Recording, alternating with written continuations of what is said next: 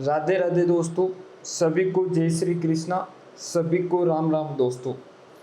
हम पढ़ रहे हैं राजस्थान का इतिहास और राजस्थान के इतिहास के अंदर आज की अपनी जो क्लास है वो सज्जन सिंह से लेकर प्रारंभ करेंगे। कहाँ से? महाराणा सज्जन सिंह से लेकर हम प्रारंभ करेंगे।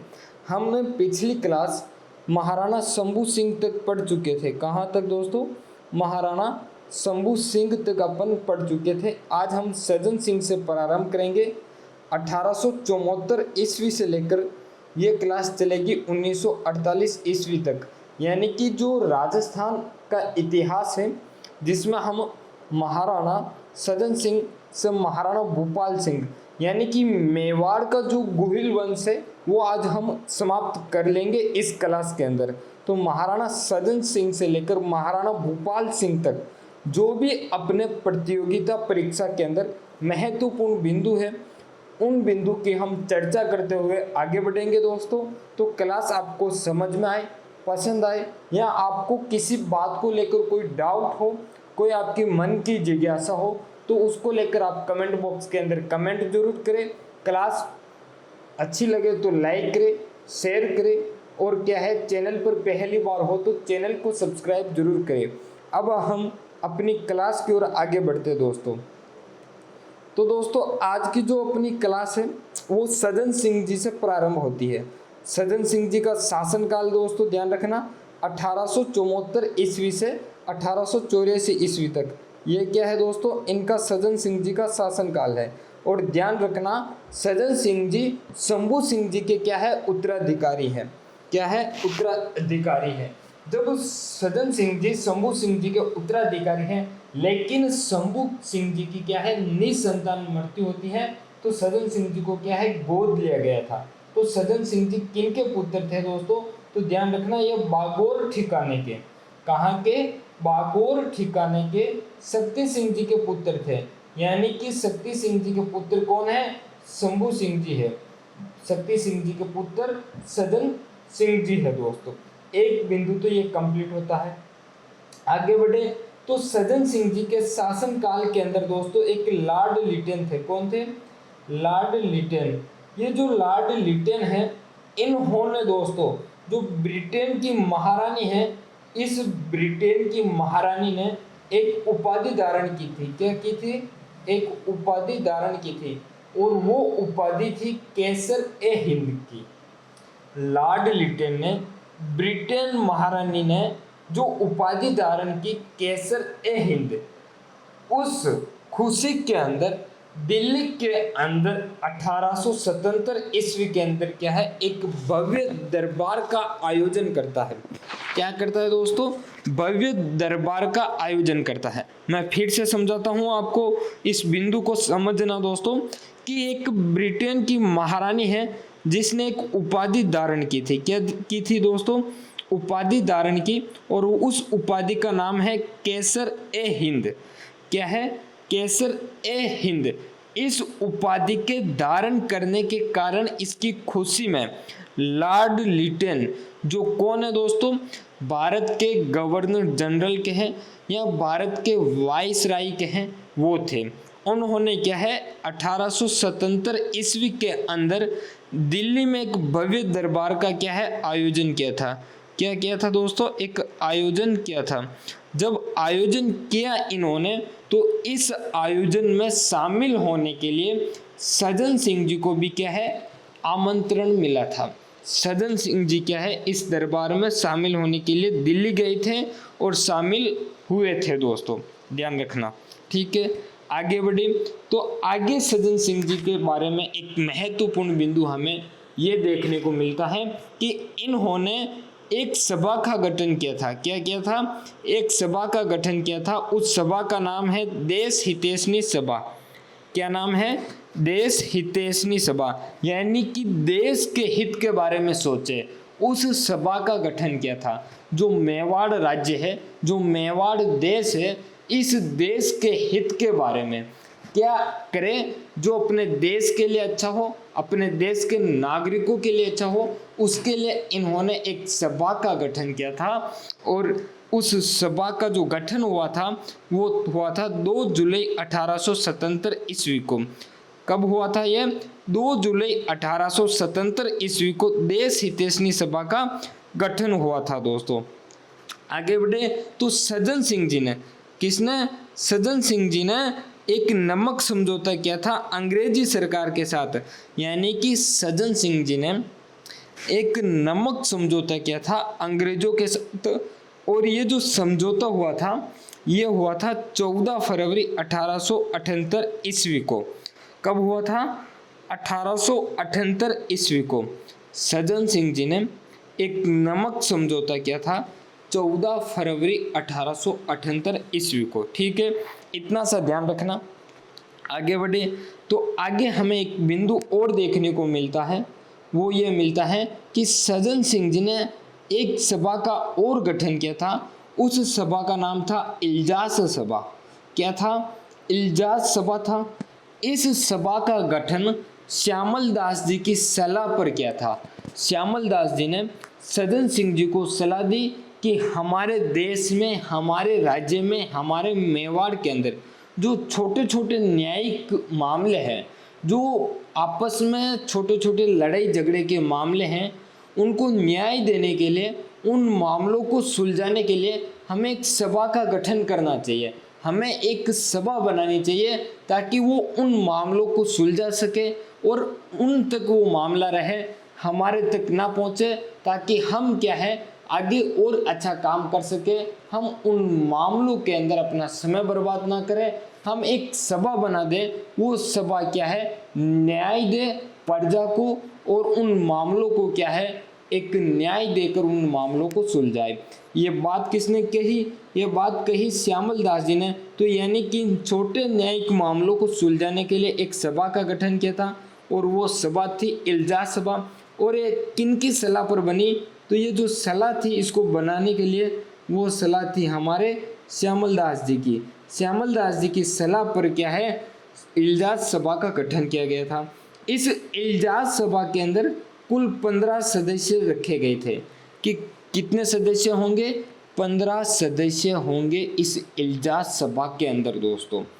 जब 15 सदस्य मिलकर किसी सभा को चलाएंगे, किसी मामले को सुनेंगे, उस मामले के अंदर न्याय कार्य करेंगे, तो क्या वो न्याय कार्य नहीं होगा? बिल्कुल होगा। और इस मामले को यदि ये 15 लोग मिलके यह सभा करती है तो जो राजा है, जो मंत्री है, वो किसी और कार्य में देश के हित के बारे में आगे सोच सकते हैं और आगे बढ़ सकते हैं। दोस्तों आपको पता है कि किसी एक कार्य को, दोस्तों मैं आपको एक उदाहरण देना चाहता हूँ कि किसी एक कार्य को करने के लिए अगर एक व्यक्ति उस कार्य को करता है तो उसको टाइम भी लगता है, समय लगता है। वो पहले कार्य को समझता है फिर वो करता है। अगर उसके पास टीम हो तो वो कार्य को समझ लिया, लेकिन अगर उसके पास टीम है तो वो क्या है, कार्य को समझने के बाद उस टीम में काम को बांट देगा तो वो काम क्या है, जल्दी होगा।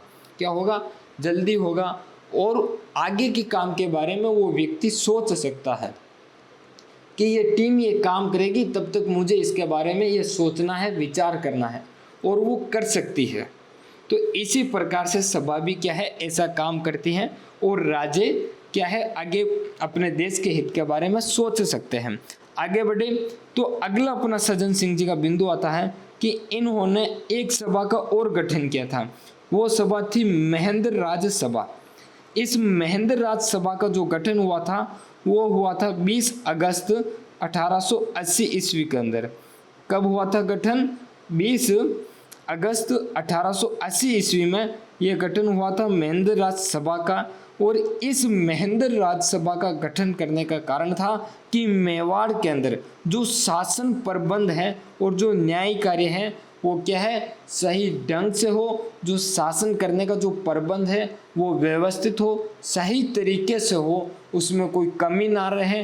क्या है, ताकि शासन अच्छे से हो, वहाँ की जनता को क्या है, हर एक छोटी से छोटी सुविधा मिले और शासन चले। और साथ ही साथ क्या है, जो न्यायिक कार्य है वो भी सही से चले, इसलिए महेंद्र राज्यसभा का गठन किया गया और इसके अंदर 17 सदस्य थे। कितने सदस्य दोस्तों? 17 सदस्य थे। आगे बढ़े तो अगला जो बिंदु आता है सज्जन सिंह जी का, वो आता है कानून व्यवस्था प्रबंध का। किसका? कानून व्यवस्था प्रबंध का आता है कि सज्जन सिंह जी ने कानून व्यवस्था के बारे में भी सोचा है कि कोई कानून होना चाहिए, कोई कानून की पालना करने वाला चाहिए। अगर कोई कानून की पालना नहीं करता है तो उससे पालना कराने वाला भी चाहिए। यानी कि क्या है, सज्जन सिंह जी को कानून व्यवस्था को संभालने के लिए भी क्या है, आवश्यकता पड़ी तो इन्होंने पुलिस विभाग का गठन किया। क्या किया? एक पुलिस विभाग का गठन किया। और पुलिस विभाग का गठन करने तो कर लिया, लेकिन अब इसका अध्यक्ष होना चाहिए। अध्यक्ष किसको बनाए? पुलिस विभाग का। तो इन्होंने अध्यक्ष बनाया था अरबुद रहमान खां को। किसको बनाया था? अरबुद रहमान खां को। तो पुलिस विभाग का जो प्रथम अध्यक्ष के है मेवाड़ का।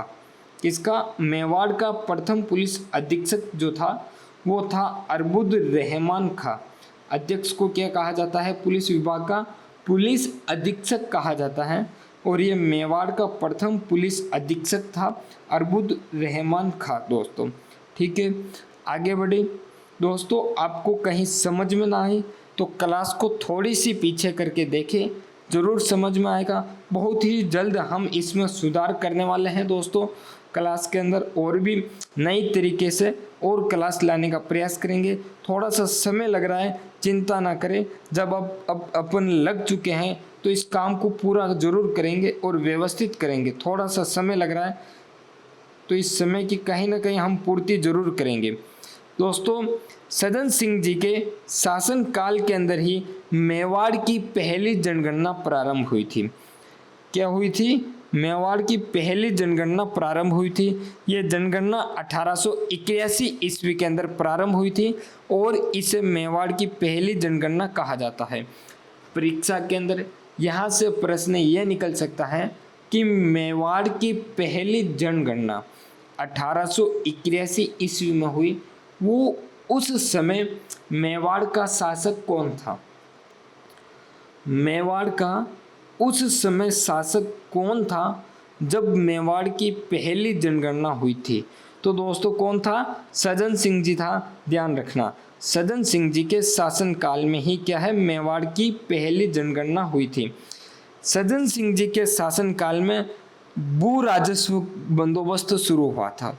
जो पहले भू राजस्व यानी कि भूमि को लेकर, जो राजा की भूमि थी उस भूमि को लेकर जो भी व्यवस्था थी, जो भी बंदोबस्त कर रखे थे, जो भी किसानों को जो जमीन मिल रही थी, उसके जो नियम कायदे कानून थे उनमें क्या है, सुधार किया गया और कुछ नए कानून नियम कायदे बनाए गए।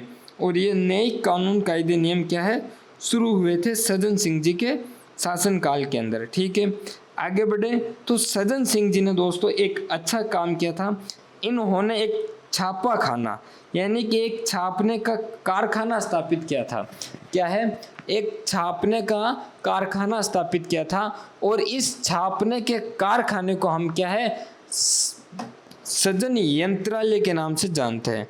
किस नाम से जानते हैं? सज्जन यंत्रालय के नाम से जानते हैं। और इस सज्जन यंत्रालय के माध्यम से, इस छापाखाने के माध्यम से सज्जन सिंह जी ने क्या है, साप्ताहिक पत्र, जो समाचार पत्र होता है वो सप्ताह में एक बार आता है, उसे साप्ताहिक पत्र कहते हैं। जो समाचार पत्र सप्ताह में सिर्फ एक बार आता है उसे साप्ताहिक पत्र कहते हैं। और जो रोजाना आता है उसे हम दैनिक समाचार पत्र कहते हैं दोस्तों। तो सज्जन यंत्रालय के माध्यम से, छापाखाने के माध्यम से सज्जन सिंह जी ने क्या है, साप्ताहिक पत्र का प्रकाशन किया था। और ये प्रकाशन हुआ था दोस्तों 1881 ईस्वी के अंदर। कब हुआ था? 1881 के अंदर इसका क्या है दोस्तों, प्रकाशन हुआ था। कब हुआ था? 1881 ईस्वी के अंदर। ठीक है, और ये हुआ कब था? तो आपको पता चल गया कि यह 1881 ईस्वी के अंदर उदयपुर में हुआ था इसका प्रकाशन दोस्तों। आगे बढ़े तो अगला जो अपना बिंदु है वो बिंदु ये कहता है कि सज्जन सिंह जी ने एक पुस्तकालय की स्थापना की थी। क्या की थी? पुस्तकालय की स्थापना की थी। और यह स्थापना इन्होंने जो की थी उसका नाम था सज्जन वाणी विलास, यानी कि सज्जन वाणी विलास के नाम से इन्होंने एक पुस्तकालय की स्थापना की थी। ठीक है दोस्तों, यह हो गया। अगला बिंदु यह है कि सज्जन सिंह जी को एक उपाधि मिली थी दोस्तों। क्या मिली थी? एक उपाधि मिली थी। वो उपाधि किसने दी थी और कब दी थी और उस उपाधि का क्या नाम है, तो यह भी देखें। तो सज्जन सिंह जी को दोस्तों GCSI की उपाधि मिली थी दोस्तों। क्या मिली थी? GCSI की उपाधि मिली थी। इस GCSI का फुल फॉर्म होता है grand commander of the star of India. क्या होता है? Grand commander of the star of India होता है। ये उपाधि सज्जन सिंह जी को मिली थी। मिली कब थी? तो ये मिली थी 23 नवंबर 1881 ईस्वी को। कब मिली थी दोस्तों? 23 नवंबर 1881 को GCSI की उपाधि सज्जन सिंह जी को मिली। ये उपाधि दी किसने? तो ये उपाधि देने वाले हमारे भारत के कौन थे? Governor general. कौन थे? गवर्नर जनरल, जिसे हम लॉर्ड रिपन कहते हैं। गवर्नर जनरल लॉर्ड रिपन ने क्या है? GCSI की उपाधि दी और ये मेवाड़ आकर उपाधि दी भारत के गवर्नर जनरल। मेवाड़ आकर, मेवाड़ के अंदर चित्तौड़ में आकर, कहाँ पर दोस्तों? चित्तौड़ में आकर ये उपाधि देते हैं कि सज्जन सिंह जी हम आपको GCSI की उपाधि से क्या है? नवाजते हैं। GCSI की उपाधि गवर्नर जनरल लॉर्ड रिपन ने चित्तौड़ में आकर 23 नवंबर 1881 ईस्वी को सज्जन सिंह जी को देते हैं। ठीक है, अब बात करें तो सज्जन सिंह जी के शासनकाल के अंदर उदयपुर में आने वाले भारत के पहले वायसराय कौन थे? प्रश्न आ सकता है दोस्तों परीक्षा में। कोई छोटी परीक्षा हो तो उसमें प्रश्न बन सकता है तर्क वितर्क वाला, जो अपन IQ लेवल चेक करना हो तो उसमें बना दे कि भारत के पहले वायसराय, मेवाड़ में आने वाले भारत के पहले वायसराय कौन थे या गवर्नर जनरल कौन थे दोस्तों? तो ध्यान रखना, सज्जन सिंह जी के शासनकाल में आए थे, वो थे नॉर्थ ब्रुक। ये भारत के गवर्नर जनरल एवं वायसराय कहलाते हैं। ये क्या है? उदयपुर आए थे। क्या आए थे? उदयपुर आए थे। उदयपुर आए और ये उदयपुर आने वाले प्रथम गवर्नर जनरल के हैं या दोस्तों क्या हैं? वायसराय के हैं। दोस्तों आपको पता है वायसराय का पद दोस्तों कब सृजन हुआ था? इससे पहले कौन सा पद था? तो दोस्तों मैं बता दूं, वायसराय का पद 1858 की जो 57 की क्रांति हुई थी उसके बाद इस पद का क्या है? सृजन किया गया था।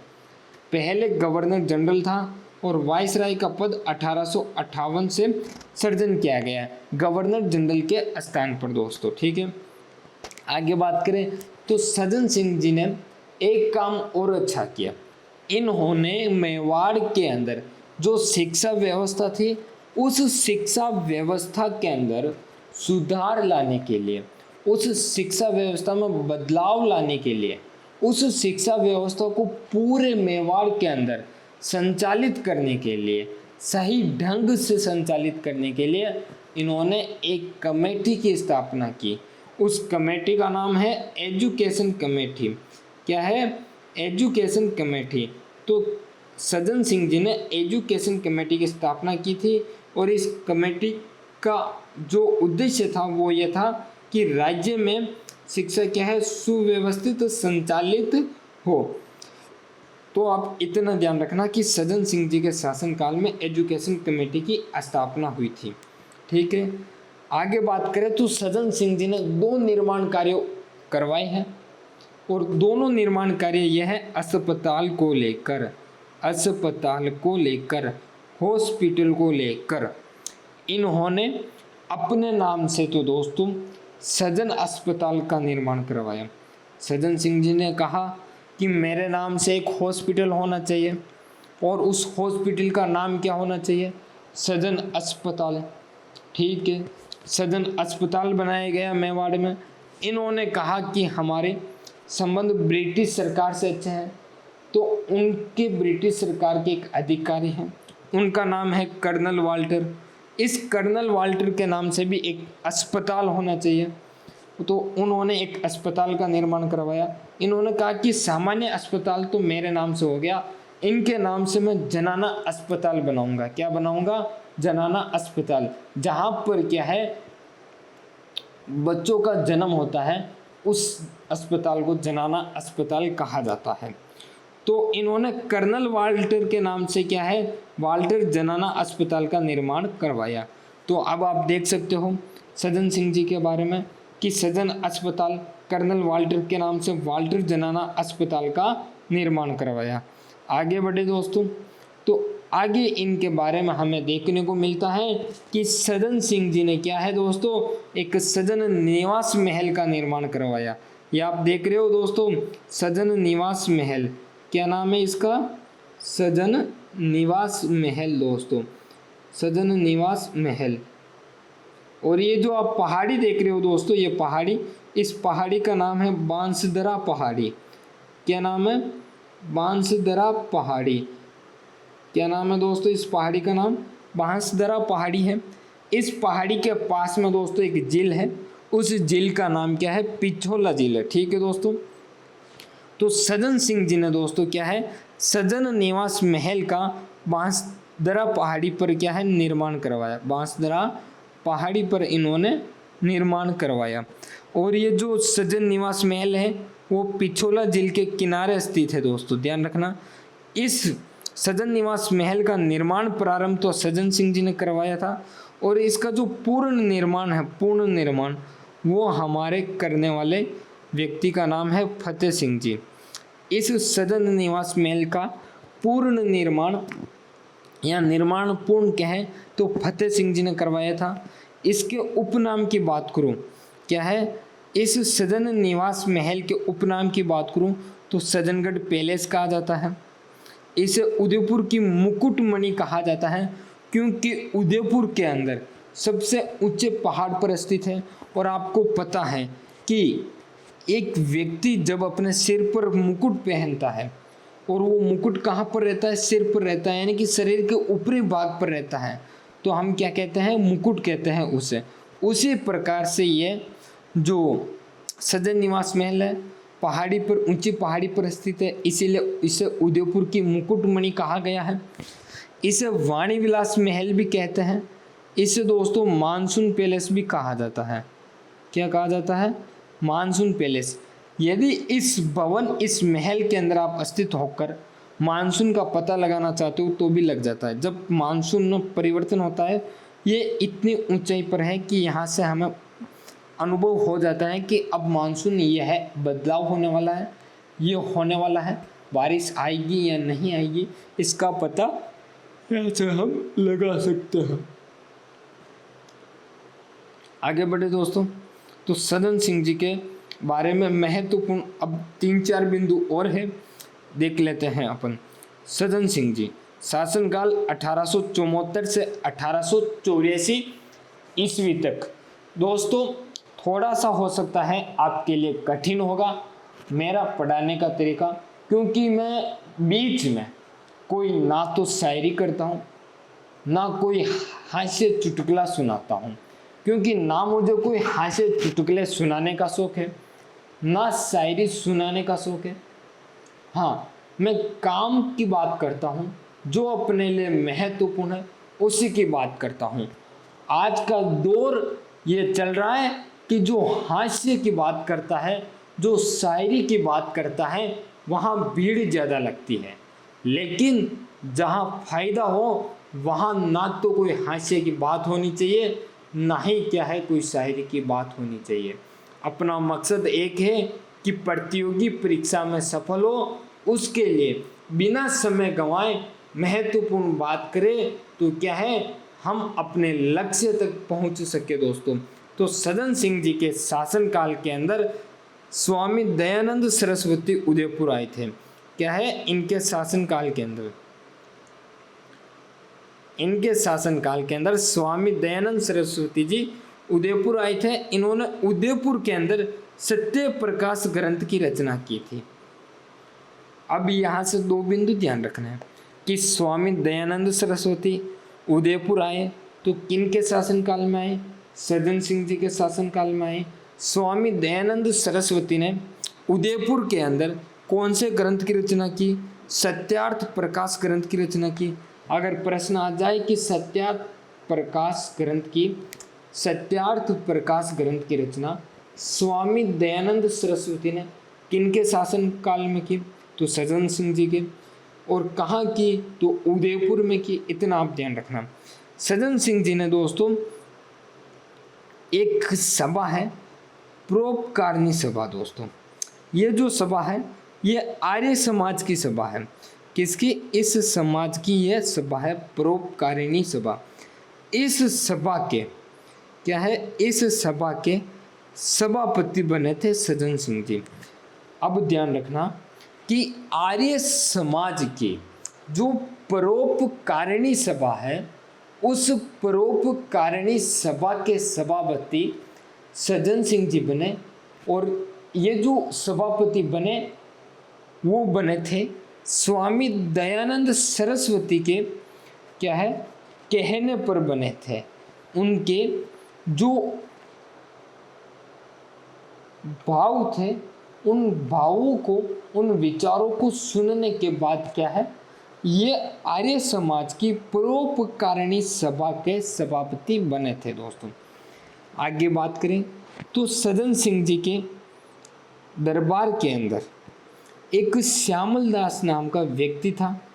वो श्यामल दास इनके क्या थे, दरबारी कवि थे। यानी कि सज्जन सिंह जी के दरबार में श्यामल दास जी रहते थे, वो इनके दरबारी कवि थे। श्यामल दास जी को एक उपाधि मिली हुई थी और वो उपाधि थी कवि राजा। ये उपाधि देने वाले जो व्यक्ति हैं वो व्यक्ति है सज्जन सिंह जी। कौन है वो व्यक्ति, है दोस्तों सज्जन सिंह जी।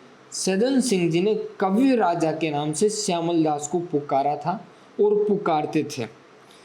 श्यामल दास जी को मेवाड़ का इतिहास, वीर विनोद लिखने का कार्य सज्जन सिंह जी ने सौंपा था कि देख श्यामल दास, चाहे जितने पैसे लगे, तुझे जो चाहे वो कर, लेकिन मुझे मेवाड़ का इतिहास चाहिए लिखा हुआ, और ये इतिहास लिखने का कार्य तू करेगा। इस इतिहास को लिखने में यदि तुझे किसी लोगों की या तुझे कुछ भी ज़रूरत हो तो वो तू मुझसे ले सकता है, लेकिन ये काम तुझे करना है। यानी कि श्यामल दास जो दरबारी कवि थे, उनको मेवाड़ का इतिहास लिखने का कार्य सौंपा, और श्यामल दास जी ने वो मेवाड़ का इतिहास जो लिखा था वीर विनोद के नाम से लिखा था। ठीक है, कहीं कहीं पर आपको वृहद वीर विनोद नाम भी मिलेगा। सज्जन सिंह जी की मृत्यु हो जाती है दोस्तों 23 दिसंबर 1884 ईस्वी के अंदर। ठीक है, अब हम आगे बढ़े दोस्तों। आप सोच रहे हो कि सर हम नोट्स लिखें तो कैसे लिखें, कोई चिंता की बात नहीं है। नोट्स भी मैं बता देता हूँ, वो भी मैं तैयार करके लाया हूँ। आप चाहो तो स्क्रीनशॉट लेके फिर आप लिख लेना समय निकाल कर, ये आपके नोट्स रहें। अच्छे से नोट्स बिंदुवार जो अपन ने पढ़ा है वही है, रिवीजन कर लेते हैं। महाराणा सज्जन सिंह 1874 से 1884 ईस्वी बागौर ठिकाने के शक्ति सिंह का पुत्र था। 1877 ईस्वी लॉर्ड लिटन द्वारा आयोजित दिल्ली दरबार में भाग लिया था। 2 जुलाई 1877 ईस्वी में देश हितैषणी सभा का गठन किया। 14 फरवरी 1878 ईस्वी को नमक समझौता किया था अंग्रेजी सरकार के साथ। छोटे न्यायिक मामले को सुलझाने हेतु इल्जाल सभा का गठन किया श्यामल दास की सलाह पर। ठीक है, इस सभा में कुल 15 सदस्य थे। 20 अगस्त 1880 ईस्वी को शासन प्रबंध एवं न्याय कार्य के लिए महेंद्र राज सभा की स्थापना की। और ये सभा 17 सदस्य की थी। कानून व्यवस्था के प्रबंध हेतु पुलिस विभाग का गठन किया। प्रथम पुलिस अधीक्षक अरबुद रहमान खां था। मेवाड़ में प्रथम बार 1881 ईस्वी के अंदर जनगणना का कार्य शुरू हुआ था। इनके समय नया भू राजस्व बंदोबस्त शुरू हुआ था।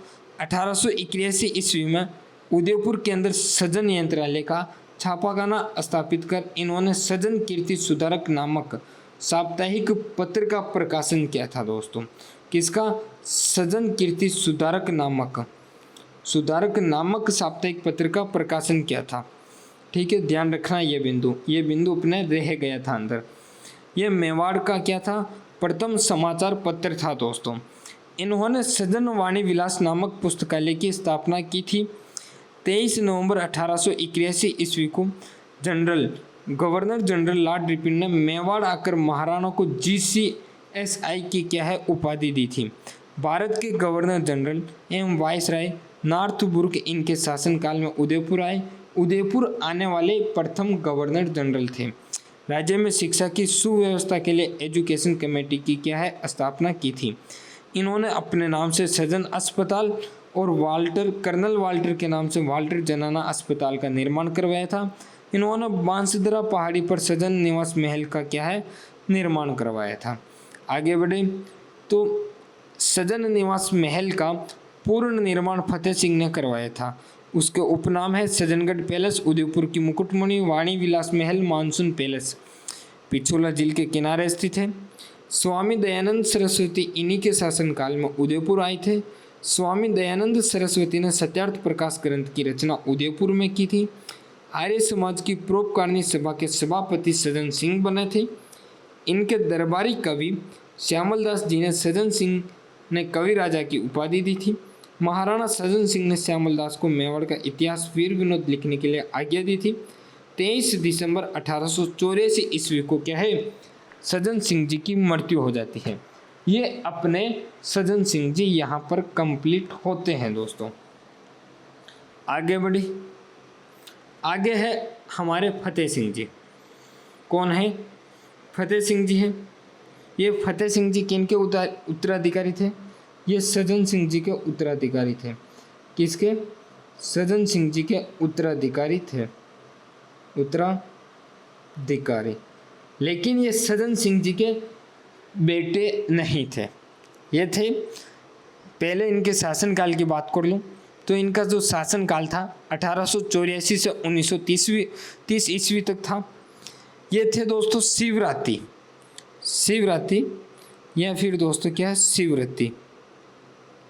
शिवराती या फिर शिवरती के जो शासक थे दल सिंह के पुत्र थे।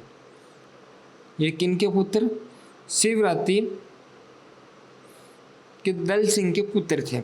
इनका राज्याभिषेक उत्सव 23 जनवरी 1885 ईस्वी में मनाया गया था। ठीक है, राजा कब बने? 1884 में। और राज्याभिषेक उत्सव कब मनाया गया? 23 जनवरी 1885 ईस्वी के अंदर। इनके बारे में आगे बढ़े तो इनके शासनकाल में लॉर्ड डेफरिन जो भारत के गवर्नर जनरल एवं वायसराय थे, वो 8 नवंबर 1885 ईस्वी में कहाँ? उदयपुर आए थे। कहाँ पर आए थे दोस्तों? उदयपुर आए थे।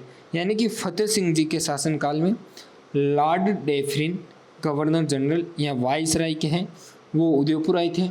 और सजन सिंह जी के शासनकाल में उदयपुर आने वाले जो वायसराय थे भारत के प्रथम गवर्नर जनरल के हैं या प्रथम वायसराय के हैं जो उदयपुर आए थे, वो थे अपने कौन दोस्तों? कौन आए थे? जल्दी से कमेंट बॉक्स के अंदर कमेंट करो कौन आए थे दोस्तों। उसका नाम फटाफट कमेंट बॉक्स के अंदर आना चाहिए कि ये कहाँ पर उदयपुर आए थे। ठीक है दोस्तों, आगे बढ़े तो फतेह सिंह जी के शासनकाल के अंदर, इन्हीं के शासनकाल के अंदर दोस्तों, ठीक है, फतेह सिंह जी के शासनकाल के अंदर महारानी विक्टोरिया, ये कहाँ की है? महारानी विक्टोरिया ब्रिटेन की है। कहाँ की? ब्रिटेन की। इस महारानी विक्टोरिया के शासन के 50 वर्ष पूर्ण हुए थे। कितने वर्ष? फतेह सिंह जी के शासनकाल में महारानी विक्टोरिया के 50 वर्ष पूर्ण हुए। इसके उपलक्ष्य में सज्जन सिंह जी ने क्या है, विक्टोरिया हॉल का निर्माण 1887 ईस्वी में करवाया था। कब करवाया था? विक्टोरिया हॉल का निर्माण 1887 ईस्वी में करवाया था। और ये विक्टोरिया हॉल सज्जन निवास बाग में क्या है, स्थित है। विक्टोरिया हॉल सज्जन निवास बाग में क्या है, स्थित है दोस्तों। ठीक है, आगे बढ़े तो फतेह सिंह जी के शासनकाल में ड्यूक ऑफ कनॉट, कौन? ड्यूक ऑफ कनॉट जो विक्टोरिया के पुत्र थे वो कहाँ पर, उदयपुर आए थे। ड्यूक ऑफ कनॉट कहाँ पर? 1889 ईस्वी में उदयपुर आए थे। और इन्होंने दोस्तों क्या है, फतेह सागर झील की नींव रखी थी। ये सारी घटना हम फतेह सिंह जी के शासनकाल की पढ़ रहे हैं। फतेह सागर झील की नींव रखी। इस कारण फतेह सागर झील का जो पहला नाम था वो कनॉट बांध रखा गया था। क्या रखा गया था? कनॉट बांध रखा गया। लेकिन इनके कहने पर फतेह सागर झील नाम रखा गया। क्या रखा गया? फतेह सागर झील रखा गया। आगे बढ़े तो इन्हीं के शासनकाल में, किनके? फतेह सिंह जी के शासनकाल के बारे में हम बात कर रहे हैं।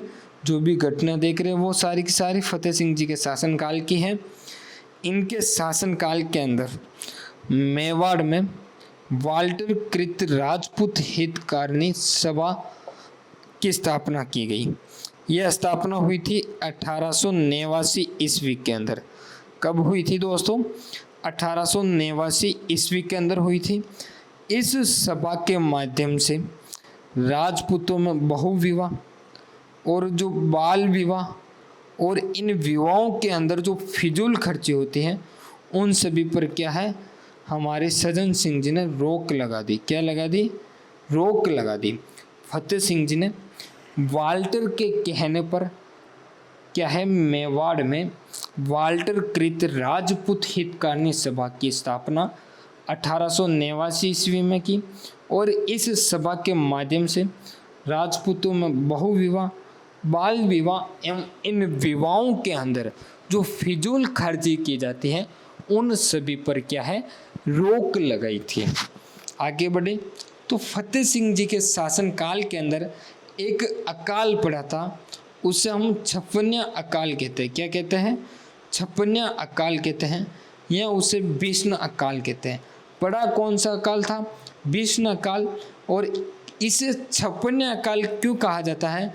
तो उस समय जो विक्रम संवत था वो था 1956। 1956 विक्रम संवत होने के कारण क्या है, इसे छप्पनिया अकाल कहा गया है। सन पूछे तो 1899 ईस्वी था। क्या था? 1899 ईस्वी था।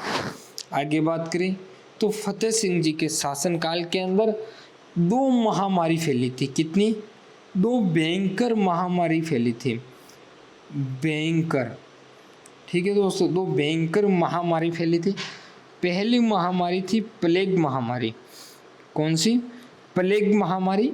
यह 1904 ईस्वी के अंदर फैली थी।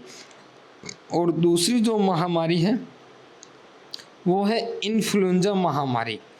कौन सी? इन्फ्लुएंजा महामारी। वो फैली थी अक्टूबर 1918 ईस्वी के अंदर। फतेह सिंह जी के शासनकाल में 2 क्या है, महामारी फैली थी। पहली महामारी 1904 ईस्वी में प्लेग महामारी।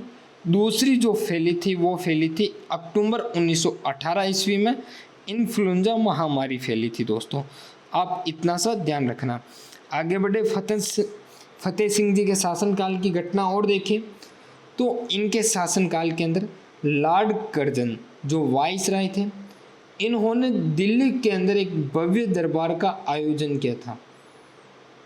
लॉर्ड कर्जन वाइसराय ने दिल्ली में एक भव्य दरबार का आयोजन किया था। एक बहुत ही बड़ा दरबार लगाया था दिल्ली में। अब लगाने का कारण क्या था दोस्तों? तो वो कारण देखें लगाने का। तो कारण क्या था वो देखना आप दोस्तों। ये जो कारण था वो कारण था कि 1903 ईस्वी के अंदर इंग्लैंड के जो एडवर्ड सप्तम है, ये एडवर्ड सप्तम दोस्तों क्या करते हैं, एडवर्ड सप्तम राजगद्दी पर बैठते हैं। क्या करते हैं, राजगद्दी पर बैठते हैं। और इस राजगद्दी पर बैठने की खुशी में क्या है, इस राजगद्दी पर बैठने की खुशी में लॉर्ड कर्जन वाइसराय, कौन, लॉर्ड कर्जन वाइसराय, ये दिल्ली में भव्य दरबार का क्या है, आयोजन करते हैं। इस आयोजन में शामिल होने के लिए फतेह सिंह जी कहाँ, दिल्ली जाते हैं। आयोजन में शामिल होने के लिए कहाँ जाते हैं, दिल्ली जाते हैं। क्या फतेह सिंह जी इस आयोजन में शामिल हो पाएंगे, नहीं दोस्तों। अब क्यों नहीं हो पाएंगे शामिल, उसका कारण देखना है। लॉर्ड कर्जन ने दिल्ली में आयोजन किया दरबार का, उन्होंने निमंत्रण भेजा फतेह सिंह जी की कि आप भी आओ दरबार में शामिल हो, आनंद लो, हमारी खुशी का माहौल है। एडवर्ड सप्तम इंग्लैंड की राजगद्दी पर बैठे हैं, राजा बने हैं इंग्लैंड के। फतेह सिंह जी भी दिल्ली गए। अब आपको न्योता मिलेगा किसी फंक्शन में अटेंड होने का, तो आप फंक्शन अटेंड करोगे ना। उसी प्रकार से लॉर्ड कर्जन भी क्या है, फंक्शन अटेंड करने दिल्ली चले जाते हैं। अब दिल्ली चले गए, पीछे से ठाकुर केसरी सिंह बारठ, इनको अच्छा नहीं लगा अंग्रेजों के फंक्शन में, अंग्रेजों के क्या है फंक्शन में मेवाड़ का राजा का शामिल होना ठाकुर केसरी सिंह बारठ को अच्छा नहीं लगा। इस कारण ठाकुर केसरी सिंह बारठ ने दोस्तों क्या है, चेतावनी भरे 13 दोहे भेज दिए। कितने दोहा दोस्तों, चेतावनी भरे कितने 13 दोहे भेज दिए। चेतावनी भरे कितने दोहा, 13 दोहे। इन दोहों को क्या है, सोरठे कहा जाता है। क्या कहा जाता है, 13 सोरठे। इनको हम कहते क्या है, चेतावनी रे चुंगटिया, यानी कि चेतावनी के रूप में ठाकुर केसरी सिंह बारठ ने फतेह सिंह जी को, किनको, फतेह सिंह जी को 13 सोरठे भेजे, वो भी डिंगल भाषा में लिखकर। किस भाषा में, डिंगल भाषा में लिखकर 13 दोहे, जिन्हें हम सोरठे कहते हैं, चेतावनी के रूप में भेजे। उनको चेतावनी रे चुंगटिया कहते हैं, लिखकर भेजे। इन सोरठे को पढ़कर फतेह सिंह जी क्या है, आयोजन में बिना शामिल हुए कहाँ, मेवाड़ लौट आए। कहाँ लौट आए, मेवाड़ लौट आए कि मुझे इस सम्मेलन में क्या है, शामिल नहीं होना है। क्या नहीं होना है, इस आयोजन में शामिल नहीं होना है। बात करें फतेह सिंह जी के आगे बिंदु पर, इनके शासनकाल में और क्या क्या घटना हुई है, हम दोस्तों ऐसे ही पढ़ेंगे। आप क्लास देखो तो अच्छी बात है, ना देखो तो और अच्छी बात है। जिनको सिलेक्शन लेना है वो मेरी क्लास को जरूर देखेगा, क्योंकि ऐसे विस्तार रूप से राजस्थान इतिहास की क्लास YouTube पर कोई नहीं लेकर आ रहा है। जिस प्रकार से कान्हा एजुकेशन जो क्लास ला रहा है ना राजस्थान इतिहास की, वैसी क्लास कोई नहीं लेके आ रहा है। विस्तार से सब लेके आ रहे हैं, सब अंदर टाइम पास करते हैं दोस्तों। मेरा मानना है कि जो क्लास लेके आ रहा है, कुछ टीचर्स हैं ऐसे जो क्लास लाते हैं, अच्छी क्लास लाते हैं, लेकिन वो क्लास क्या है, विस्तार से नहीं दे पाते, शॉर्ट चलते हैं, क्योंकि वो उनके पास समय नहीं होने के कारण। बाकी अधिकांश यूट्यूब पर क्या है, वो एक ही काम करते, पैसा कमाने का जरिए। तो वो क्या है, पब्लिक को रोक के रखते हैं दोहों में, शायरों में, हास्य बातों में। मेरा मकसद ये नहीं, मेरा मकसद ये है कि मैं आपको इतिहास में क्या है अच्छा सा कंटेंट दूं और अच्छे से समझाऊं दोस्तों। फतेह सिंह जी के बारे में बात करें, इनके शासनकाल के अंदर लॉर्ड मिंटो उदयपुर आए थे। कहाँ पर आए थे, लॉर्ड मिंटो उदयपुर आए थे।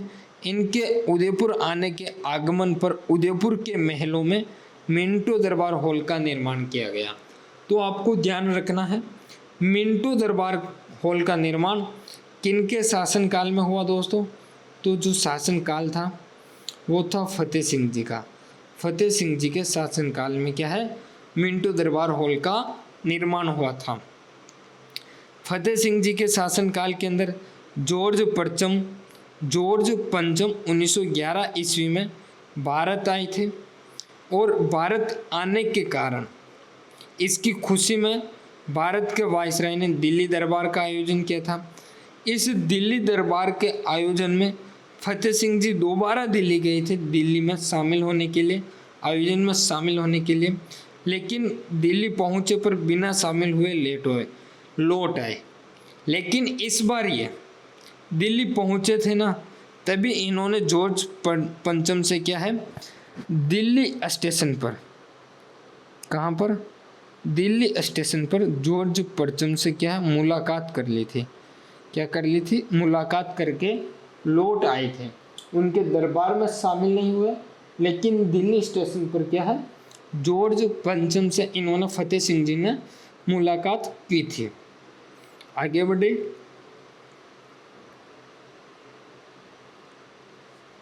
तो फतेह सिंह जी के शासनकाल के अंदर दोस्तों प्रथम विश्व युद्ध हुआ था। ये युद्ध 1914 ईस्वी के अंदर हुआ था। कब हुआ था? 1914 ईस्वी में हुआ था। और फतेह सिंह जी ने इस युद्ध के अंदर अंग्रेजों का सहयोग किया था। क्या किया था? अंग्रेजों का सहयोग किया था। अंग्रेजों ने फतेह सिंह को GCVO की उपाधि दी थी। किसकी उपाधि दी थी दोस्तों? GCVO की क्या है, उपाधि दी थी।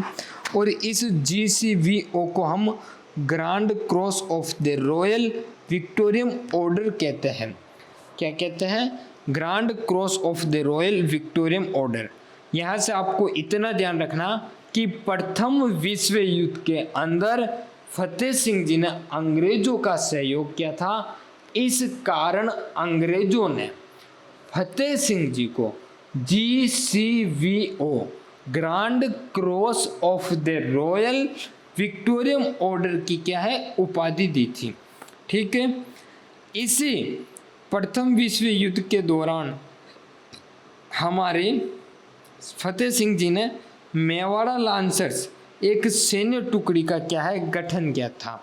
इन्होंने एक सैन्य टुकड़ी का गठन किया था, उसका नाम इन्होंने मेवाड़ा लांसर्स रखा। और ये गठन प्रथम विश्व युद्ध के समय किया गया था दोस्तों। आगे बढ़े, तो आगे हम बढ़ते हैं फतेह सिंह जी के शासनकाल की घटना के बारे में। छोटे मोटे 5-7 बिंदु और पढ़ के फतेह सिंह जी को हम दोस्तों क्या है, विराम देंगे। इन्होंने प्रथम विश्व युद्ध में अंग्रेजों का सहयोग किया। इस कारण अंग्रेजों ने क्या है, इनके पुत्र भूपाल सिंह जी को, किसको, इनके पुत्र भूपाल सिंह को 1919 ईस्वी के अंदर, 1919 ईस्वी में भूपाल सिंह को जॉर्ज पंचम के जन्मोत्सव पर, जॉर्ज पंचम के जन्मोत्सव पर KCEI की उपाधि प्रदान की। KCEI की उपाधि दी थी अंग्रेजों ने। अच्छी बात है। KCEI का फुल फॉर्म क्या है? Knight commander of Indian empire. ये उपाधि भूपाल सिंह को मिली। और ये उपाधि पाने वाले भूपाल सिंह राजपूताने के अंदर पहले राजकुमार थे जिनको ये उपाधि मिली थी। अब परीक्षा में प्रश्न यहाँ से आ सकता है कि राजपूताने के कौन राजकुमार थे जिनको KCEI की उपाधि मिली थी? तो राजपूताना के पहले राजकुमार थे जिनको KCEI की उपाधि मिली थी सबसे पहले दोस्तों। ठीक है। आगे बात करें तो फतेह सिंह जी ने इनके शासनकाल के अंदर श्यामल दास के द्वारा जो मेवाड़ का इतिहास लिखा जा रहा था उस इतिहास पर इन्होंने क्या है रोक लगाई थी। जो वीर विनोद ग्रंथ के रूप में श्यामल दास मेवाड़ का इतिहास लिख रहा था, उस पर क्या है रोक लगा दी फतेह सिंह जी ने। ठीक है, फतेह सिंह जी के अंदर हम निर्माण कार्य देखें तो इन्होंने फतेह प्रकाश महल चित्तौड़गढ़ के अंदर बनाया था। इन्होंने एक निर्माण कार्य पूर्ण करवाया था, वो करवाया था सज्जनगढ़ पैलेस का। किसका? सज्जनगढ़ पैलेस का निर्माण कार्य इन्होंने पूर्ण करवाया था और फतेह प्रकाश महल का इन्होंने निर्माण कार्य करवाया था। फतेह सिंह जी की एक महारानी थी, उस महारानी को एक उपाधि मिली थी order of the crown of India.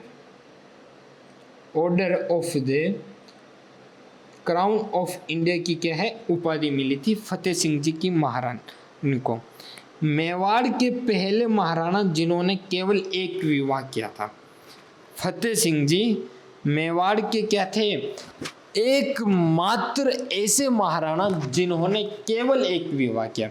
अब आप यहाँ पर कहोगे कि गुरुजी आपने यहाँ पर 100% झूठ बोला है, फतेह सिंह जी ने 2 विवाह किया था। बिल्कुल इन्होंने 2 विवाह किया था, लेकिन पहली पत्नी की क्या है मृत्यु होने पर दूसरा विवाह किया था। पहली पत्नी की क्या है मृत्यु होने पर इन्होंने क्या है दूसरा विवाह किया था। जब तक पहली पत्नी जिंदा थी तब तक इन्होंने कोई दूसरा विवाह नहीं किया था। यानी कि मेवाड़ के अंदर एक ऐसा राजा थे फतेह सिंह जी जिन्होंने बहु विवाह नहीं किया था। ठीक है, फतेह सिंह जी ने 1921 ईस्वी के अंदर मेवाड़ का अधिकांश राज कार्य भोपाल सिंह को सौंपा था। इस कारण किसी किसी बुक में फतेह सिंह जी का शासनकाल 1921 तक लिखा हुआ आता है। फतेह सिंह जी का शासनकाल 1930 की जगह 1921 तक। लेकिन अधिकांश राज कार्य सौंपने के कारण ये नहीं है कि ये राजा नहीं थे, ये राजा थे। इनकी मृत्यु होती है 1930 ईस्वी के अंदर। उसके बाद भूपाल सिंह क्या है राजा बनते हैं। इनके नोट्स भी अपन देख लेते हैं बिंदुवार, कोई बिंदु छूट गया होगा तो इनके नोट्स में आ जाएगा अपने। ठीक है, महाराणा फतेह सिंह 1884 से 1930 ईस्वी दल सिंह के पुत्र थे। 23 दिसंबर 1884 ईस्वी को राजगद्दी पर बैठे। 23 जनवरी 1885 ईस्वी को राज्याभिषेक उत्सव मनाया गया। 8 नवंबर 1885 ईस्वी में गवर्नर जनरल एवं वाइसराय लॉर्ड डफरिन उदयपुर आए थे। फतेह सिंह ने 1887 ईस्वी में महारानी विक्टोरिया के शासनकाल के 50 वर्ष पूर्ण होने के उपलक्ष्य में सज्जन निवास बाग में विक्टोरिया हॉल का निर्माण करवाया था। 1889 ईस्वी में विक्टोरिया के पुत्र ड्यूक ऑफ कनॉट उदयपुर आए, जिनके हाथों से फतेह सागर झील की नींव रखवाई गई। इस झील को कनॉट झील या कनॉट बांध भी कहते हैं। 1889 ईस्वी में वाल्टर कृत राजपूत हितकारिणी सभा की स्थापना की गई। इस सभा के माध्यम से राजपूतों में बहुविवाह, बाल विवाह, फिजूल खर्ची पर क्या है रोक लगाई गई थी। 1893 ईस्वी के अंदर भू बंदोबस्त का कार्य पूर्ण हुआ था। 1899 ईस्वी विक्रम संवत 1956 में विष्णु अकाल पड़ा, जिसे 56 अकाल कहा जाता है। 1903 ईस्वी में इंग्लैंड के एडवर्ड सप्तम के राजगद्दी पर बैठने की खुशी में लॉर्ड कर्जन, जो भारत के वायसराय हैं, इन्होंने दिल्ली में भव्य दरबार का आयोजन किया और इस दरबार में शामिल होने के लिए फतेह सिंह दिल्ली पहुंचे। लेकिन ठाकुर केसरी सिंह बारट द्वारा रचित 13 सोटे, जिन्हें हम चेतावनी चुंगटिया कहते हैं, जो क्या है डिंगल भाषा के अंदर लिखे हुए थे, उनको पढ़कर क्या है फतेह सिंह जी दिल्ली दरबार में शामिल होने के बजाय वापस मेवाड़ लौट आए थे।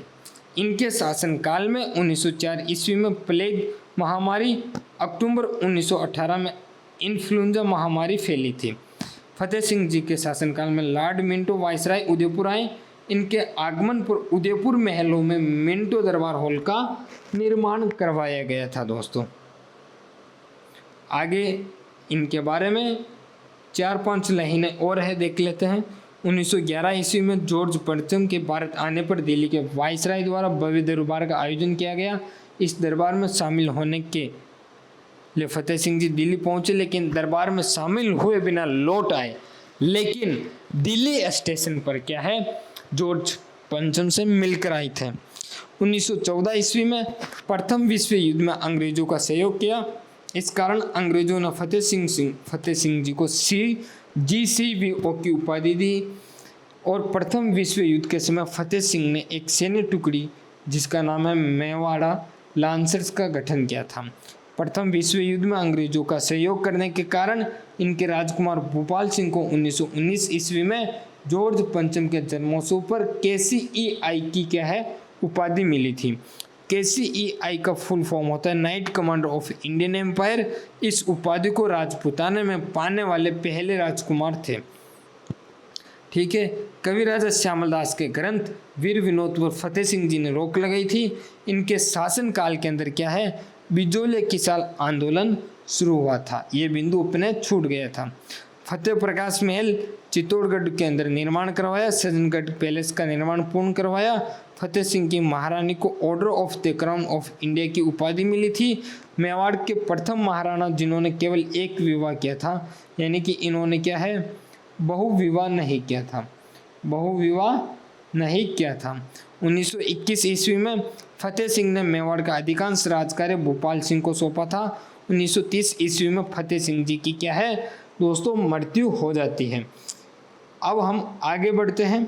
भूपाल सिंह जी के बारे में 4-5 बिंदु है, देख लेते हैं और भूपाल सिंह जी को भी कंप्लीट करते हुए मेवाड़ का गोहिल वंश को कंप्लीट करेंगे। शासनकाल भूपाल सिंह जी के बारे में देख रहे हैं तो इनका शासनकाल है 1930 से 18 अप्रैल 1948 ईस्वी तक। ठीक है दोस्तों, राजस्थान का एकीकरण जब तृतीय चरण हुआ था तब ये क्या है तृतीय चरण में शामिल हो चुके थे मेवाड़। राजगद्दी पर कब बैठे थे तो 25 मई 1930 ईस्वी को बैठे थे। राज्याभिषेक उत्सव 5 जून 1930 ईस्वी को भूपाल सिंह का मनाया गया था। KCEI उपाधि से क्या है ये सम्मानित है, ध्यान रखना KCEI उपाधि से सम्मानित है। ये सामान्य बात थी, मैंने बता दी।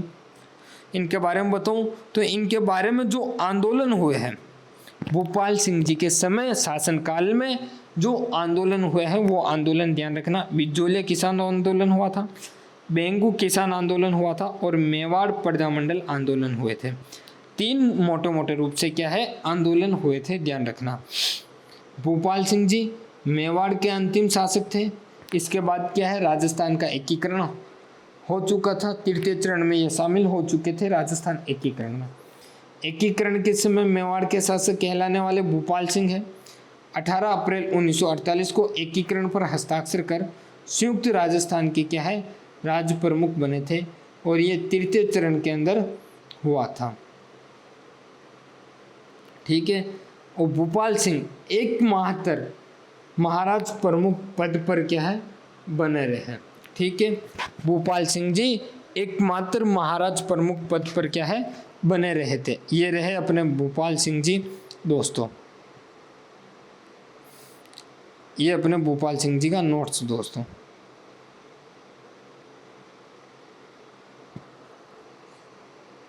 महाराणा भूपाल सिंह 1930 से 18 अप्रैल 1948 ईस्वी तक। 25 मई 1930 ईस्वी को मेवाड़ के सिंहासन पर बैठे। राज्याभिषेक उत्सव 5 जून 1930 ईस्वी को मनाया गया। KCEI की उपाधि से सम्मानित है। इनके समय बिजोले किसान आंदोलन, बेगू किसान आंदोलन, मेवाड़ प्रजामंडल आदि हुए थे। मेवाड़ के अंतिम शासक एकीकरण के समय मेवाड़ के शासक 18 अप्रैल 1948 को एकीकरण पर हस्ताक्षर कर संयुक्त राजस्थान के राज प्रमुख बने। एकमात्र महाराज प्रमुख भूपाल सिंह बने थे। यहाँ पर अपना मेवाड़ का गोहिल वंश समाप्त होता है दोस्तों। मेवाड़ का क्या है गोहिल वंश समाप्त होता है। जो अन्य गोहिल वंश है वो अपन कल शुरू करेंगे दोस्तों, और हम पहले लेंगे वागड़ का गोहिल।